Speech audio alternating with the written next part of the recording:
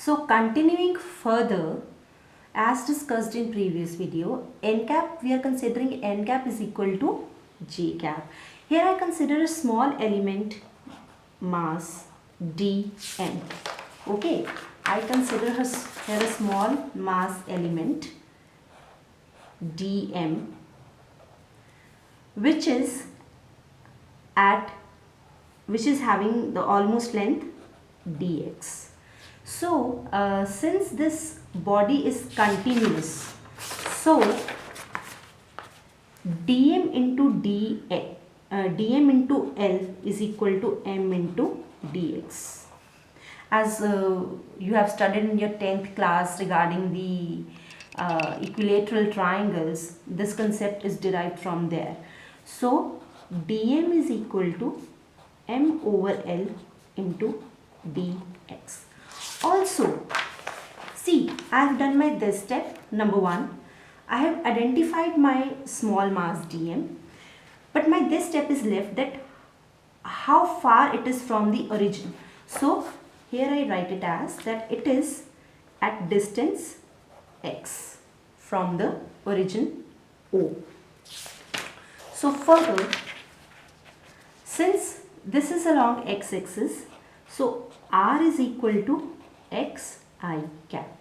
So I am done with my number 1 step and number 2 step. So now I have to proceed further with number 3 step, that is di is equal to dm n cap cross r square. So di is equal to dm, here n cap is j cap, r is xi cap. So we know that j cross I, what actually it is? It is minus k cap. But since we are considering absolute, it means we have to consider only magnitude. So k cap is a vector, unit vector with magnitude 1, and rest we have x. The magnitude of x with square will be square. So di is equal to x square dm. So this is the value of di. I substitute the value of dm from this equation here in this equation. So my di becomes m over L, the value of dm, m over L dx x square.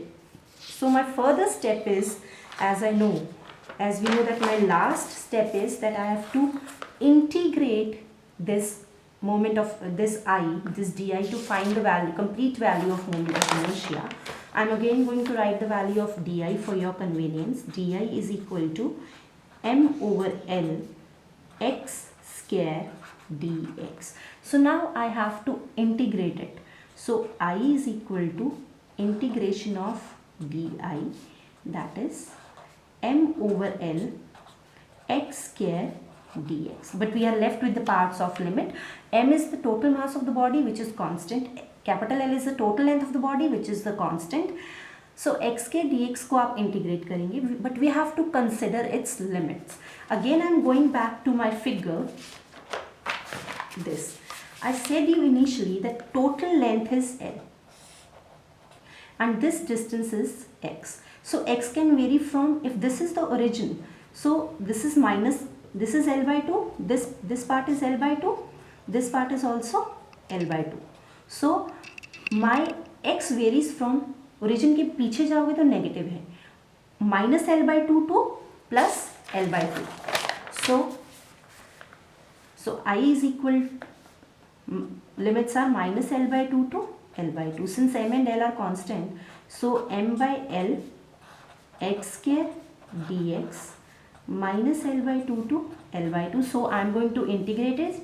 Integration of x square is x cube by 3, and we have to put its limits minus L by 2 and L by 2, and when we solve it we get moment of inertia of a rod about an axis. Listen, moment of inertia of a rod about an axis passing through the center but perpendicular to the rod is ml square by 12. So this is the one article.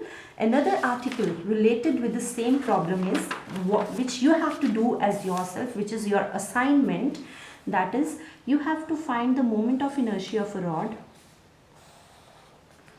about an axis passing through its center and